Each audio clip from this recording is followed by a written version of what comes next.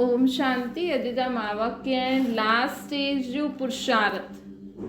23:76 जा महावाक्य आहिनि। प्रत्यक्षता वर्ष मल्हाइण जे लाइ सभिनी बाप दादा खे अख़बारनि ऐं कार्ड्स द्वारा विशेष रूप सां प्रत्यक्ष करण जो प्रयत्न कयो। प्रत्यक्षता वर्ष मल्हाइण जे लाइ सभिनी बाप दादा खे अख़बारनि ऐं कार्ड्स द्वारा विशेष रूप सां प्रत्यक्ष करण जो प्रयत्न कयो। ये भी सेवा जी आवश्यक साधन है। कल बाबा चई न कि बाबा के प्रत्यक्ष कीअं करे सघंदा आहियूं? पंहिंजे संकल्प बोल कर्म द्वारा। त बि ॿारनि अख़बार ऐं कार्ड्स द्वारा त प्रत्यक्ष कयो, इहे बि सेवा जो साधन आहे। लेकिन ये अख़बार व कार्ड्स आदि त हुन ॾींहुं ॾिठई, पढ़ियो ऐं ॿुधियो, पोइ स्मृति में समाइजी वेंदो आहे, समाप्त न थींदो आहे। शुद्ध समय ते ये स्मृति, ये ही स्मृति जो हाणे समाइजी वई आहे न, उहो स्वरूप में ईंदी।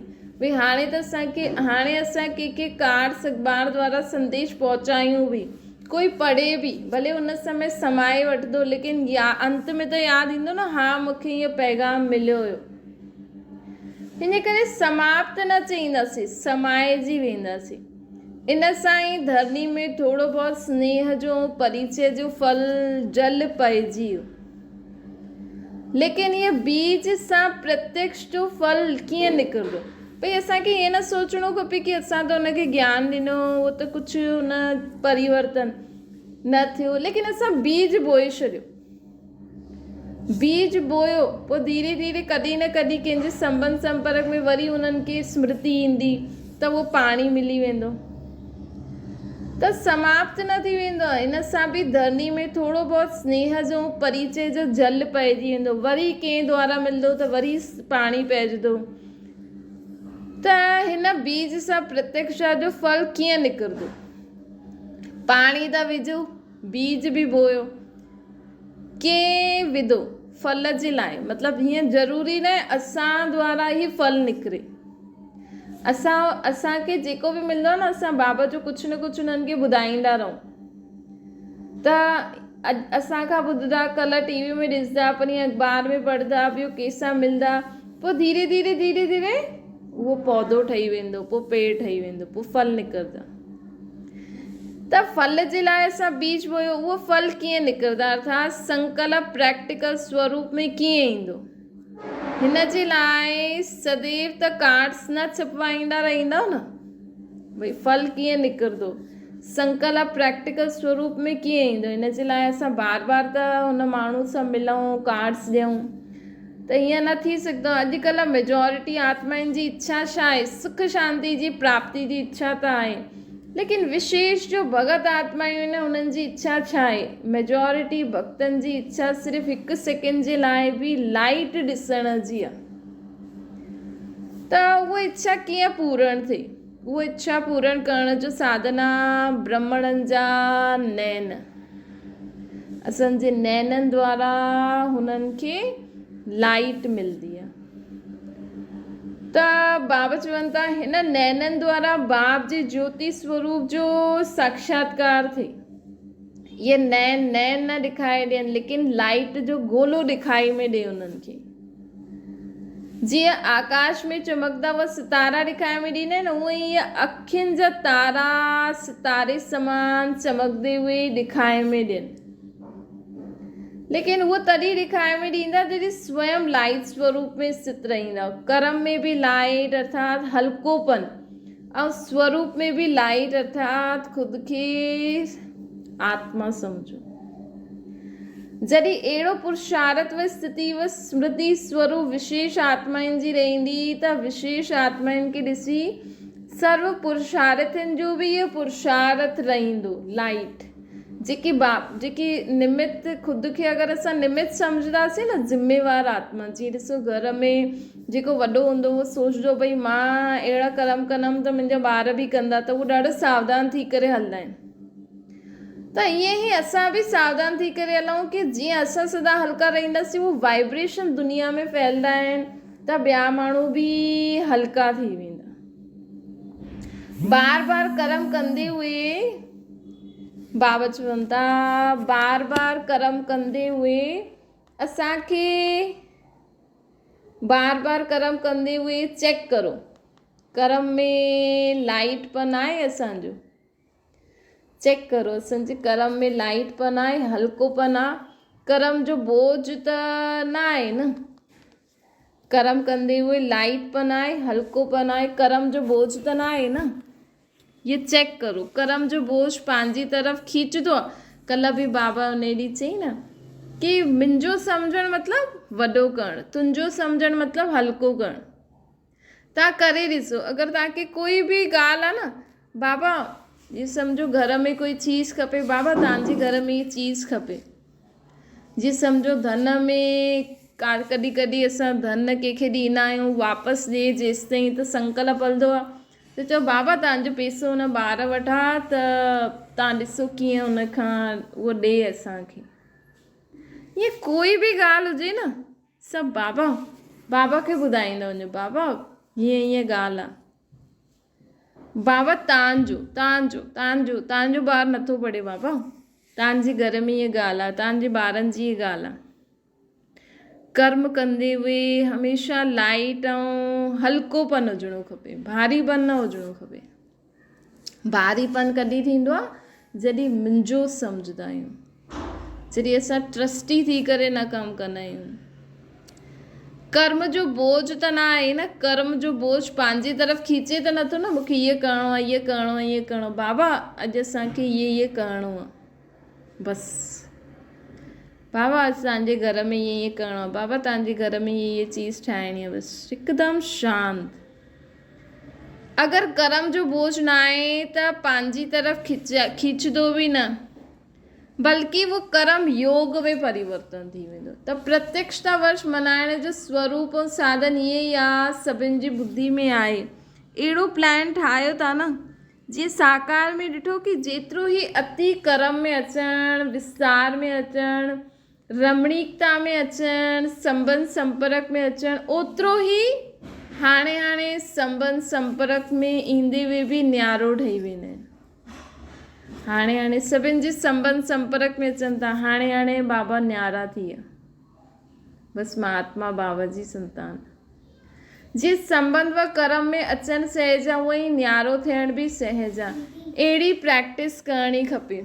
अति जे समय हिकु सेकेंड में अति जे समय हिकु सेकेंड में अति थी वञे। बाबा चवनि था अति जे समय हिकु सेकेंड में अति थी वञे। मतिलबु हाणे असां मिठे जो अनुभव करूं था। हाणे असांखे कोई अनुभव ई बसि बाबा ई मिठो आहे। हाणे असांखे ठंडी थी लॻे, हाणे बसि बाबा ऐं मां। मतिलबु हीअं असांखे हिकदमि न्यारो थी वञिणो आहे देह खां। अहिड़ी प्रैक्टिस खपे। हाणे अति, हाणे अंत। इहे लास्ट वर्ष जो लास्ट स्टेज जो पुरुषार्थ आहे। अहिड़ो प्लान ठाहियो बाबा चवनि था। ये रिहर्सल करो, ड्रिल करो, अति ऐं अंत जी ड्रिल करो। हाणे अति संबंध में हाणे असां कंहिंखे पूरे सृष्टि चक्कर जो ज्ञान था ॾियूं। हाणे बसि असां आत्मा ऐं बाबा बिंदी, बसि ॿियो कुझु सॼो ज्ञान बि मर्ज। अंत में त सभु ज्ञान बि मर्ज थी वेंदो न। अंत में थोड़ी असांखे इहे सभु विस्तार, अंत में सिर्फ़ु हिकु ई ॻाल्हि, मां आत्मा बाबा बिंदी, मां आत्मा बिंदी, बसि। जीअं लाइट हाउस में समाइजी विया। लाइट हाउस अर्थात पंहिंजो ज्योति देश में असां समाइजी वेंदासीं बसि। हाणे कर्म क्षेत्र में कर्म करूं था। हाणे परमधाम निवासी, हुते त सिर्फ़ु बिंदी ई हूंदी। अच्छा, माताउनि सां मधुर मुलाक़ात कंदे समय उच्चारे हुए अव्यक्त बाप दादा जा मधुर महावाक्य। दुख अथवा गाली में भी कल्याण समझो। बाप दादनि जो माताउनि सां आदि सां विशेष स्नेह आहे। यज्ञ जी स्थापना में भी विशेष कंहिंजो पाठ रहियो, निमित्त के ठहिया। ऐं अंत में भी प्रत्यक्षता ऐं विजय जो नगाड़ो लॻाइण जे निमित्त के ठहींदो। अंत में भी प्रत्यक्षता बाबा चईंदा आहिनि न, घर गृहस्थी में रहण वारी मातायूं ऐं जेका युगल आहिनि, सन्यासी कीअं किरदा, युगलनि जे कारण ई त किरदा न। भई असां घर बार छॾियो ऐं इहे घर गृहस्थी में रही करे पवित्र था रहनि, तॾहिं त बाबा जी प्रत्यक्षता थींदी न। त बाबा ॾिसो चवनि था, अंत में बि प्रत्यक्षता ऐं विजय जो नगाड़ो लॻाइण जे निमित्त केरु ठाहींदियूं? मातायूं। हिन करे ईअं न सम्झो असां त घर में वेठा आहियूं, असां छा आहे, लेकिन तव्हां घर गृहस्थी में रही करे बाबा जी केॾी सारी धारणायूं था करो। तव्हांजे घर में बाक़ी सभु लसन प्याज खाईंदा हूंदा, तव्हां न खाईंदा आहियो। तव्हांजे घर में माण्हू कीअं बि रहनि संबंध आहे, लेकिन तव्हां पवित्र रहंदा आहियो। केॾी ॾाढी वॾी ॻाल्हि आहे। असांखे अञा एॾो अनुभव नथो थिए, लेकिन जॾहिं सन्यासी ऐं इहे सभु ॿुधंदा आहिनि न, त इहे ॾाढो वंडर खाईंदा आहिनि कि इहो कीअं पॉसिबल आहे। अगरि उन्हनि में एतिरी शक्ति हुजे हा त पंहिंजे फॉलोअर्स खे पवित्र न रखंदा, ख़ुदि ई न छॾंदा घर।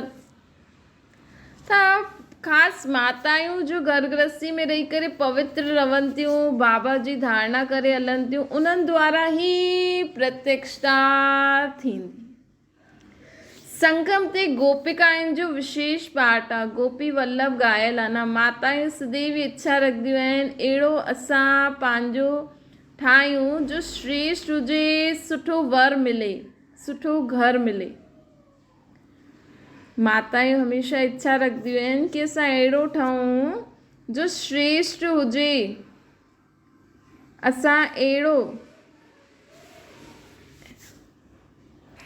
अहिड़ो ठाहियो जो असां श्रेष्ठ थी वञूं, असांखे सुठो वर मिले, सुठो घर मिले। ॾिसो, घर गृहस्थी में बि छोरियुनि खे ॿिए घर वञिणो पवंदो आहे, त हमेशह माउ पीउ त इहे ई चाहींदो असांजे ॿारनि खे सुठो वर मिले, सुठो घर मिले। त जॾहिं बाप पंहिंजो ठाहियो अथई त ॿियो छा खपे। हिते त सर्वशक्तिवान बाप पंहिंजो ठातो अथई, त ॿियो असांखे छा खपे। कोई बि हिन कल्याणकारी युग में परिस्थिति ईंदी आहे त हुन परिस्थिति खे न ॾिसी, वर्तमान खे न ॾिसी, वर्तमान में भविष्य खे ॾिसो कि असांजो भविष्य केतिरो उज्जवल आहे न। हाणे भले ई अगरि माताउनि खे तकलीफ़ थिए थी, घर गृहस्थी में थींदी आहे तकलीफ़, भई असां लसन प्याज न खायूं, लेकिन ॿार खाइनि त उन्हनि जे लाइ ठाहिण पवंदी आहे, त उनजी स्मेल बि ईंदी आहे न। ऐं घर गृहस्थी में रही करे बाबा जो पुरुषार्थ करणु ॾाढी ई वॾी ॻाल्हि आहे न। उन घर गृहस्थी में रही करे असां बाबा जी ॻाल्हियुनि खे यादि करे हलूं था, ॿियनि जी ॻाल्हियूं न ॿुधी करे, न ॾिसी करे हलूं था, ऐं पंहिंजे भविष्य खे साम्हूं रखी हलंदा, त इहा केॾी वॾी ॻाल्हि आहे। मानो कोई दुख बि ॾींदो, गाली बि ॾींदो, त हुन में बि इहा ॾिसो कि हिन में बि मुंहिंजो कल्याण आहे। सहन शक्ति वधंदी आहे न, सहन शक्ति, समाइण जी शक्ति। ॿियो नष्ट मुंहं बि थींदा वेंदा आहिनि न, मुंहं बि ॿारनि मां, संबंधियुनि मां सहज निकिरी वेंदो। हीअं त माता चईंदी पहिरियों मुंहिंजा ॿार, पोइ पोतरा दोतरा, ऐं इहे ई ॿार पोतरा दोतरा ॻाल्हियूं ॾियनि, दुख ॾियनि, त ॿियो ई शिव बाबा यादि ईंदो आहे न। नष्ट मुंहं थी वेंदा आहिनि न, त हिन में बि कल्याण आहे, ऐं असांजो हिसाब किताब बि चुकंदो थी वेंदो आहे न। त कल्याण इहो आहे कि उहो दुख अथवा ॻाल्हि ई सुखदाता जी यादि जे नज़दीक लाहींदी आहे। जेतिरो असांखे ॻाल्हि पवंदी आहे ओतिरो भॻवानु यादि ईंदो आहे न, बाबा। ॿाहिरां जे रूप खे न ॾिसो, कल्याण जे रूप सां ॾिसो, त कोई बि परिस्थिति, कठिन परिस्थिति न लॻंदी। हर हिकु ॻाल्हि में कल्याण समायल हूंदो आहे। हर परिस्थिति असांखे कुझु सिखाए करे कुझु प्राप्ति कराईंदी आहे। इहा बुद्धि में सदा रखो, हर परिस्थिति असांखे कुझु न कुझु प्राप्ति कराईंदी आहे, कुझु न कुझु सिखाईंदी आहे। इन सां पंहिंजी उन्नति करे सघंदा, बाबा चवनि था। त बाबा विशेष माताउनि खे अॼु चवनि था कि अगरि तव्हांखे कोई बि दुख थो ॾे, कोई बि ग्लानी थो करे, कोई भी परिस्थिति आ त हमेशा उनखे स्व उन्नति जो साधन समझो, उन में कल्याण समझो। अच्छा, ओम शांति। बाबा की याद करो।